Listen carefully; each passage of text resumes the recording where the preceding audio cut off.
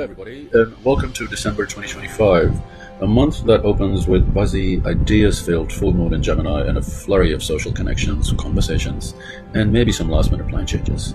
Underneath the chatter, we are getting forward momentum with Mercury and Saturn, and they're asking us to get honest, set clearer boundaries, make grown-up choices about time, energy, and commitments and projects and connections. In this general reading, we'll be taking a look at how to navigate this mix of mental overload and emotional depth, how to say no gracefully, and how to turn December's sometimes up and down energy into clarity, healing, realistic plans for the new year. So think of this month as a cosmic sorting process, choosing what truly matters at this point in time in your life, and gently letting the rest go in an area of your life at this point in your life, not your whole life and not for the rest of your life. I'd just like to be clear about that.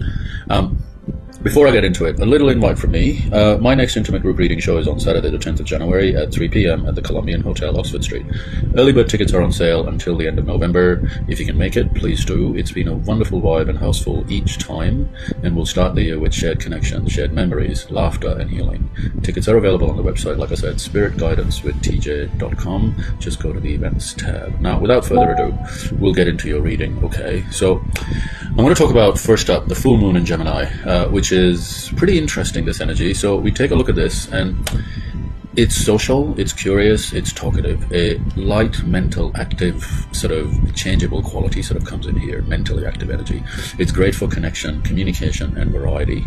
So this full moon can bring a flurry of conversations, messages, and ideas. It's early December.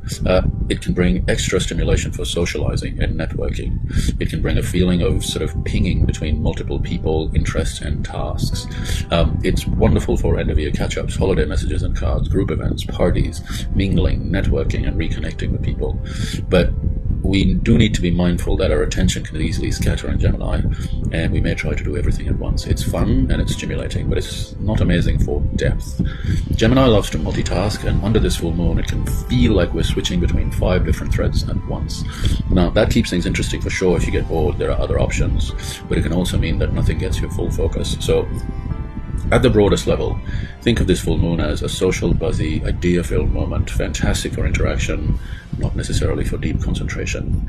Now, Gemini is an air sign. Air signs are movement-oriented, change-oriented. Mutable sign is Gemini, so plans are in flux. That can mean this full moon emphasizes movement, change, variety, flexibility, adaptability, things being in flux rather than fixed. This can manifest as plans changing at the last minute, schedules rearranging on the fly, starting the day one way and ending up somewhere completely different.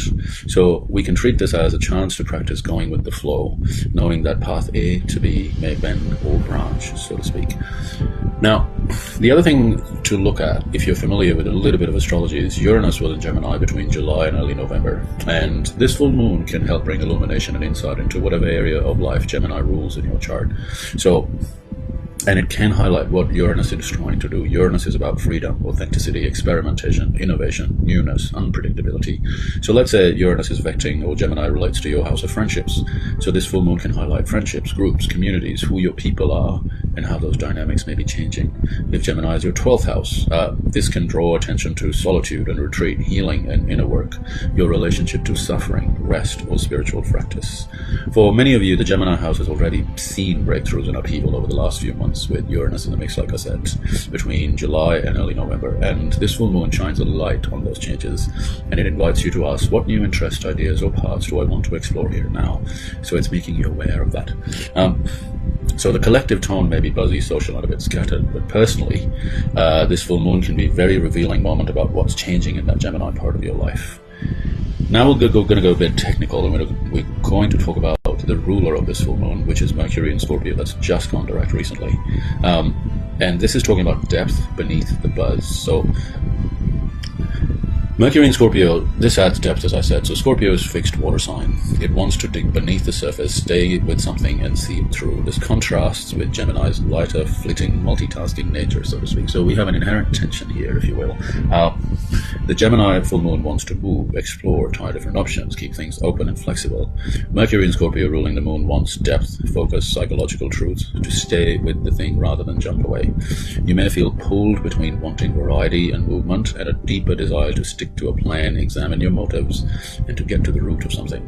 So from a therapeutic or self-reflective angle, can't speak a word here right now, Mercury in Scorpio says to us, what uncomfortable feelings, fears, or motives are sitting under all the busyness, especially those that have resurfaced since the middle of September and after.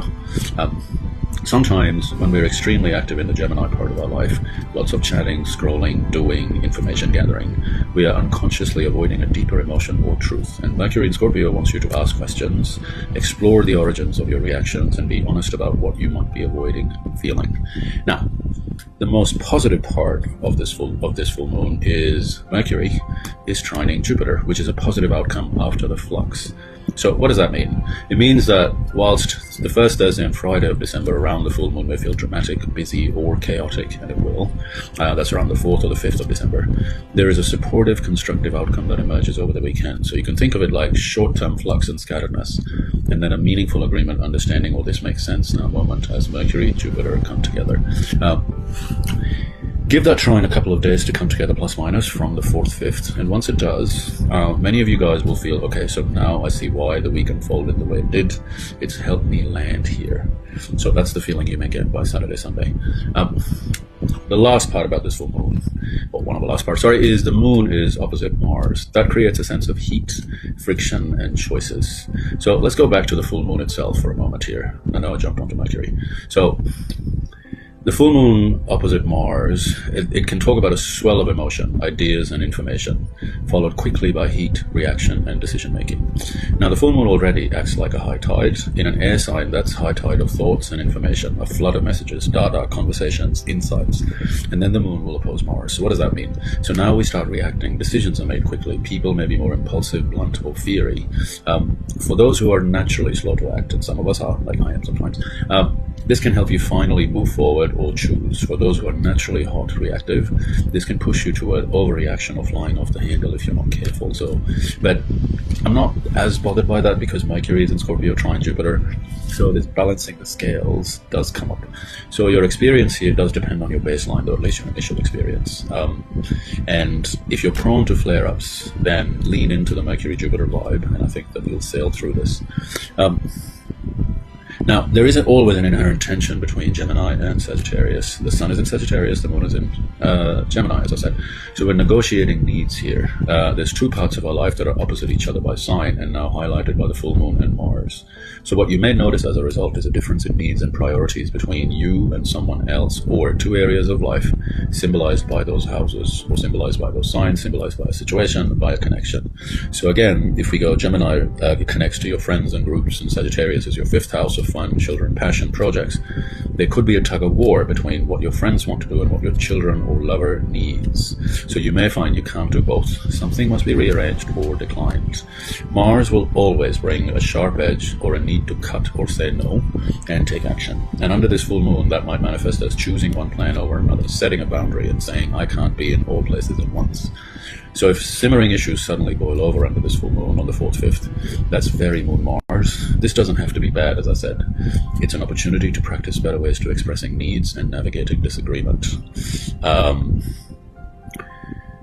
going to jump onto Mercury trine Jupiter once again because it's such a brilliant aspect, and it's on Saturday, December 6th. And Jupiter acts as an amplifier, and Mercury is in neutral sign condition. So Mercury is blessed and supported, so mercurial matters are blessed and supported. What does that mean? It means that it's great. It's a great energy, great aspect, great day, great time for signing important agreements or contracts, booking travel and flights, or actually doing travel and flights, buying tech, mechanical or electrical items, updating devices or software, making plans and arrangements, having deep, thoughtful conversations. Scorpio. The tone here, because Mercury is in Scorpio, is deep, rich, emotional, honest conversations. It's potent interactions. It's healing exchanges, especially in water signs.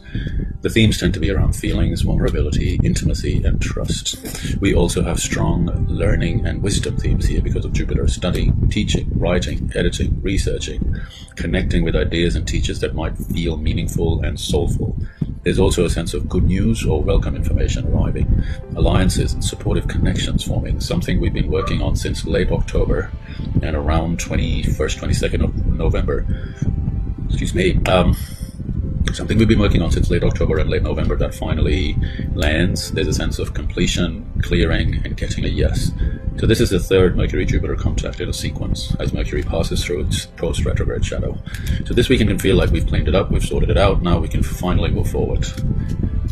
Next up, Mercury will trine Saturn, so we're putting it in stone. This is exact around Sunday, Monday, 7th or the 8th of December, depending on your location. But after the hope, optimism, and growth of Mercury-Jupiter, Mercury-Saturn is about clarity, structure, and commitment. It supports deciding on the final form of something, setting timelines and realistic expectations, signing on the dotted line with a solid plan. With Mercury-Saturn, we know that we've done the research, we've thought through details, we're ready to commit to a route that is sustainable, not fantasy-based. If you've had too much on your plate, over-ambitious scheduling, confusion around timelines, then Mercury-Saturn helps you adjust timelines and workloads. Move from, I wish I could do 5 things in a day, to realistically I can do 2 or 3 well. So this aspect of this energy is brilliant for time blocking, reorganizing schedules, reorganizing your calendar, choosing what truly matters, who or what truly matters in the moment or in the current phase of your life, in an area of your life, again, not your whole life. So choosing who or what truly matters and pushing back what doesn't. And because it's a trine, it should be very easily manageable. Again, this is the third in a series of 3 Mercury-Saturn trines since late October. The first one was around 25th, 26th of October. The second one was around the 22nd of November. So have a look at those dates and see what came up. And the feeling around this final Mercury-Saturn trine is now I fully know what the best foundation and structure for this situation is. This is how we move forward in a solid, realistic way. Next up, and this is the last thing I'll talk about in this general reading for you, we're going to talk about Mars square Saturn, which talks about necessary but uncomfortable adjustments. That peaks on the 8th, 9th of December, but because Mars moves more slowly, the tension is felt for a few days before and after as well, so you can easily take 2 or 3 days plus minus of the 8th, 9th of December. Now, from Mars's point of view, Mars wants action, speed, and autonomy and independence. A square to Saturn feels like hitting a wall, a delay, or a rule, or an authority figure, or a restriction, so to speak, or a limit, or a consequence. It can feel like having to follow procedures, tick boxes, deal with regulations or responsibilities. So we may feel frustrated about not getting what we want when we want it, blocked or slowed down as well as possible, or we may be forced to be more patient, thorough, and disciplined than we would like. From Saturn's point of view, Saturn wants long-term stability and security and solid foundations. And Mars bumping into Saturn can feel like a disruptive demand or an urgent situation that interrupts more long-term work. So having to attend to something pressing or uncomfortable now. Mars is urgent. In order to protect the future, we have to attend to something urgent or quick or pressing. So the combined message here can be something has to give. Things can't carry on exactly as they have been. So with Mars Saturn, we are asked to make tough but necessary choices. A square aspect suggests that a choice must be made. A necessary adjustment or a choice has to be made, and we have to recognize limits in time, energy, and capacity. And we have to adjust priorities so we're not spread impossibly thin. It's the clash between immediate desires of Mars versus long-term protection and sustainability of Saturn. And this aspect can bring realizations about boundaries and limits, consequences, workload, health, relationships, finances, living situation. Even more so because Saturn's just gone direct recently. So if you feel time poor, overburdened, or frustrated, then Mars Saturn is highlighting where boundaries, limits, and structure needs resetting and priorities need reshifting, and where you need to commit to less so that what you do is truly sustainable. The gift of Mars square Saturn is it forces you to see who or what really matters. It is clarity. That's the gift of Saturn. And when your back is against the wall sometimes, the one person you call or the one project you prioritize shows you your true priorities. That is what this Mars square Saturn will do. This can be a more serious or sober beginning to the week of the 8th or the 9th, but it helps you clarify what is essential, so you drop or delay what is not. So, very exciting energies this in December. I'm really looking forward to it. It's important to keep in mind, as I said, that December starts off noisy, social, and full of movement, but underneath the busyness are some very clear turning points in December, especially early December.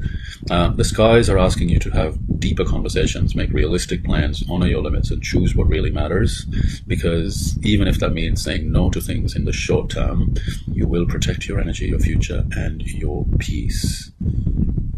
Thank you so much for journeying with me through 2025. Whether you came for a reading, a show, a workshop, or quietly follow along with my forecasts online on social media, it's truly been a joy and a privilege to work with you. This year has brought big shifts, deep healing, and powerful moments of clarity for so many of you, and I'm continually humbled by the trust you place in me and in this work. So thank you, thank you, thank you. I am really looking forward to working with you in 2026 and doing even better work for you, showing up with as much honesty, skill, care, and support as I can. It is an absolute honor. You will not understand how much, but it's an absolute honor to sit with your stories and your questions, your grief, your hopes, your happiness, and to witness the ways you keep choosing growth. It really is something that you should be very, very proud of. From my heart to yours, thank you for being here. Thank you for your openness. Thank you for allowing me to do what I love. I cannot wait to see what we co-create together in 2026. I wish you a very Merry Christmas and a Happy New Year. I'll leave you with 2 messages for December if I can. Number one, the message from Spirit: you don't have to do it all. So December is buzzy. I've got a lover's card here about choices, so you don't have to do it all. As I said, December is buzzy, and that can pull you in 10 different directions at once. But the deeper energy is asking you to choose wisely, protect your time and energy, and say no to what you need to. Scattered is optional. Intentional is very much available with all that wonderful Jupiter's, Mercury, Saturn energy. Message number 2 I'll leave you with is: let the truth shape your plans, and let the truth